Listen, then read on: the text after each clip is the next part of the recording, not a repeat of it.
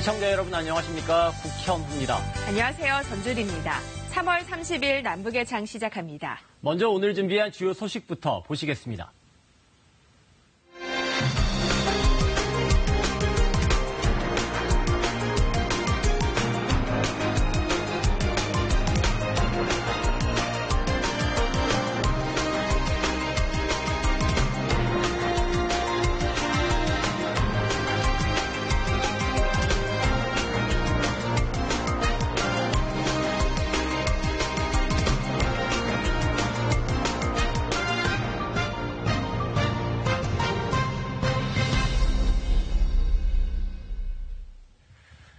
이 차 북미 정상회담이 합의문 없이 끝난 지 한 달이 지났습니다. 북미 두 나라는 강경 메시지와 대화 가능성을 동시에 내보이며 탐색전을 이어가고 있는데요. 시간이 지나면서 하노이 회담 이전부터 한미 두 나라가 북핵 리스트를 공유했고 또 트럼프 대통령이 회담에서 유연한 자세를 보였다는 등 향후 협상 재개의 단초가 될 사안들도 윤곽을 드러내고 있습니다. 정은지 리포터가 전해드립니다. 버스 수십 대가 줄을 이어 들어오고 군복 차림의 군인들이 평양체육관을 가득 채웁니다. 5년여 만에 다시 열린 일선 지휘관 행사. 중대장과 정치지도원 대회 참석을 위해서입니다. 주석단에 오른 김정은 위원장은 직접 훈장을 수여하고 기념사진을 찍는 등 군에 대한 각별한 애정을 과시했습니다. 머나먼 외국 방문의 길에서도 언제나 보고 싶었던 사랑하는 병사들을 다 만나보는 것만 같다고 못내 기뻐하시면서 뜨거운 경의를 표하셨습니다. 군 행사지만 정작 김 위원장이 강조한 건 경제 건설이었습니다. 특히 지난해 열린 노동당 전원회의 정신을 상기시켜 앞으로도 핵경제 병진 노선이 아닌 경제 건설에 집중할 것을 시사했습니다. 하노이 회담 결렬에도 불구하고 경제건설 노선을 유지하면서 비핵화 대화를 이어가겠다는 뜻으로 해석됩니다. 또 북미 정상회담 이후 흔들릴 수 있는 군 결속을 다지기 위한 의도도 엿보입니다. 시련과 난관은 의연히 겹사이고 있지만 혁명의 군복을 입고 당과 혁명 저국과 인민을 수호해가는 믿어온 선우들이 곁에 있기에 두려울 것도 주저할 것도 없다는 김 위원장의 이번 행보는 지난 10일 대의원 선거 투표 이후 보름 만의 공개 활동입니다. 때문에 대미 협상과 비핵화 전략에 어느 정도 방향을 잡은 것 아니냐는 관측도 나옵니다. 다음 달 열릴 최고인민회의를 앞두고 노동당 정치국 회의나 당 중앙위 전원회의도 줄줄이 열릴 것으로 예상되는 상황. 이를 계기로 김 위원장의 하노이 후속 구상이 제시될지 주목됩니다. 하노이 회담 이후 잠시 소강 국면을 보냈던 북미가 최근 강훈책을 주고받으며 향후 행보를 모색하고 있습니다. 트럼프 대통령이 추가 대북 제재 철회를 지시한 뒤 개성 연락사무소 철수를 선언했던 북한은 사흘 만에 복귀를 결정하기도 했는데요. 대화냐 대치냐 갈림길에 서 있는 상황에서 양측 모두 판을 깰 생각이 없다는 것은 분명해 보입니다. 북측이 상부 지시라며 남북 공동연락사무소에서 돌연 철수한 뒤 맞는 첫 월요일. 우리 측 사무소 직원 39명은 평소와 다름없이 군사 분계선을 넘었습니다. 차분하게 정상 근무를 하며 북측의 복귀를 기다리기로 한 겁니다. 저희들은 불씨가 살아있기 때문에 이 불씨를 지키기 위해서 오늘 평상시와 다름없이 출근하고 있습니다.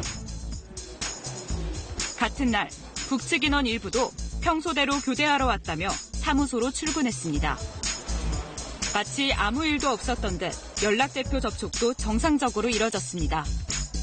북측은 연락사무소가 남북 공동선언의 지향에 맞게 사업을 잘 해나가야 한다는 뜻에는 변함이 없다고 밝혔을 뿐 전격적인 철수와 복귀 배경에 대해선 설명하지 않았습니다.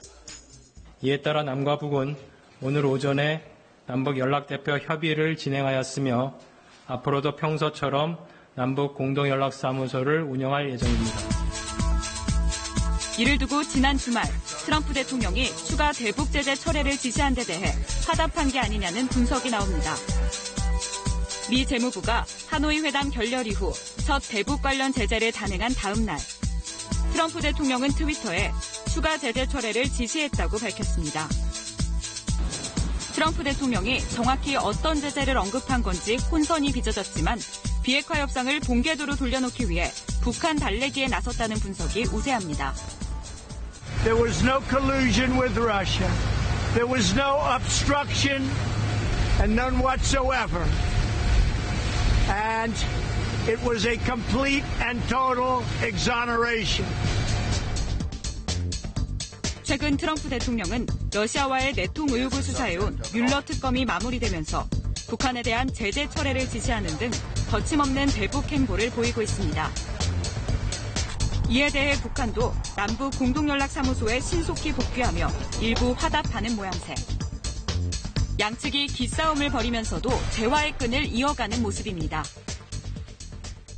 이런 상황에서 북미 간 물밑 접촉 가능성도 제기됐습니다.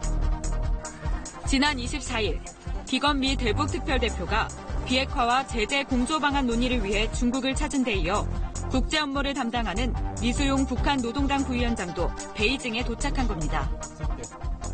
李柱庸访华，你问的这个问题，我目前没有可以发布的消息。关于比根，朝鲜，美国朝鲜政策的特别代表。 조선중앙통신은 리소용 부위원장이 베이징을 찾은 것이 라오스로 가기 위한 경유 목적이라고 밝혔지만 북미 고위 인사가 모두 베이징에 모인 만큼 양측의 접촉 가능성도 기대를 모았습니다. 이런 가운데 하노이 회담 당시 트럼프 대통령이 제재 문제에 신축적인 입장을 보였던 것으로 드러났습니다. 북미 대화 중단 가능성을 언급해 파문을 일으켰던 최선희 부상의 기자회견. 우리 최고 지도부가 곧 자기 결심을 명백히 할 것으로 보입니다. 외신을 통해 극히 일부만 전해졌던 최 부상의 기자회견 전문이 10여일 만에 공개됐습니다. 최 부상은 트럼프 대통령이 제재를 일단 풀어주고 핵 활동 등 위반 행위가 있을 시 제재를 복원하는 이른바 스냅백 조항을 제안했다고 밝혔습니다. 하지만 폼페이오 장관과 볼턴 보좌관의 반대로 결국 무산됐다고 주장했습니다. 회견문 내용이 사실이라면 일괄 타결을 강조하는 미국 관리들에 비해 트럼프 대통령은 유연했다는 점. 또 북미 두 정상이 서로 평행선이 아닌 현실적 수준의 타협점을 찾기 위해 적극 대화했음을 짐작해 볼 수 있습니다. 지금 그 하노이 이후에 미국 조야에서 이야기하는 것처럼 비핵화 조치 이전에는 절대 제재 완화가 없다. 이런 입장이라면 스냅백 같은 이야기를 할 필요가 없는 거거든요. 근데 스냅백을 이야기했다는 거는 제재를 일부 완화를 해서 그걸 가지고 비핵화 동력을 삼아보겠다라는 생각을 미국이 가지고 있었던 거죠. 우리 정부는 북한 내 핵 관련 시설 104곳 중 비핵화를 위해 불능화 조치가 필요한 핵심 시설로 40곳을 특정하고 있는 것으로 KBS 취재 결과 확인됐습니다. 특히 이 중에는 영변 핵시설 외에도 우라늄 농축시설 한 곳이 더 포함된 것으로 파악됐습니다. 하노이 회담 과정에서 한미 두 나라가 이러한 북핵 관련 정보를 공유한 것으로 확인되는 가운데 북한 핵심 핵시설 40곳에 대한 북미 간 시각차를 어떻게 조율하느냐가 향후 비핵화 협상의 성패가 될 것으로 보입니다. 미국 입장에서는 영변 하나만 부서지는데 핵은 건드리지도 않고 핵을 만들기 위한 생산시설, 그 농축 우라늄 머티리얼이 있는 그 생산시설을 없애는 거에 대해서 실질적인 제재를 거의 다 풀어준다는 건 등가성이 안 맞는 거죠. 그렇기 때문에 제가 보기에는 일단 등가성이 맞는 수준으로 어느 정도 제재 해제와 영변을 바꾸는 그러한 조정 작업이 일단은 필요하다고 보고. 이런 가운데 다른 변수들도 주목을 받고 있습니다. 북미 회담 결렬 이후 북한과 러시아의 밀착 행보가 두드러지면서 비핵화 협상에 어떤 영향을 미칠지 관심을 모으고 있는데요. 한 반북단체가 스페인 주재 북한 대사관 침입을 자신들의 소행이라고 밝히며 미국 FBI에 정보를 넘겼다고 주장한 것도 만만치 않은 파장을 낳고 있습니다. 김정은 위원장의 이복형인 김정남이 살해된 뒤 그의 아들 김한소를 보호하고 있다고 주장하며 세상에 알려진 천리마 민방위. 최근 자유조선으로 이름을 바꾼 이 단체는 지난달 스페인 주재 북한 대사관 침입을 자신들이 벌인 일이라고 밝혔습니다. 또 범행 직후 FBI의 요청에 따라 막대한 가치가 있는 비밀 자료를 넘겼다고 주장했습니다. 그 정보가 무엇인지는 밝히지 않았는데 태영호 전 영국 주재 북한공사는 핵심 암호 프로그램이 담긴 컴퓨터가 도난당했을 가능성을 거론했습니다. 스페인 법원도 수사 결과를 발표하며 FBI와의 관련성을 확인했지만 미국 정부는 이를 공식 부인했습니다. For any details on their investigation, I would have to refer you to Spanish authority. 이번 사건은 미국 정부가 반북 세력과 접촉한 사실이 수면 위로 드러났다는 점에서 주목됩니다.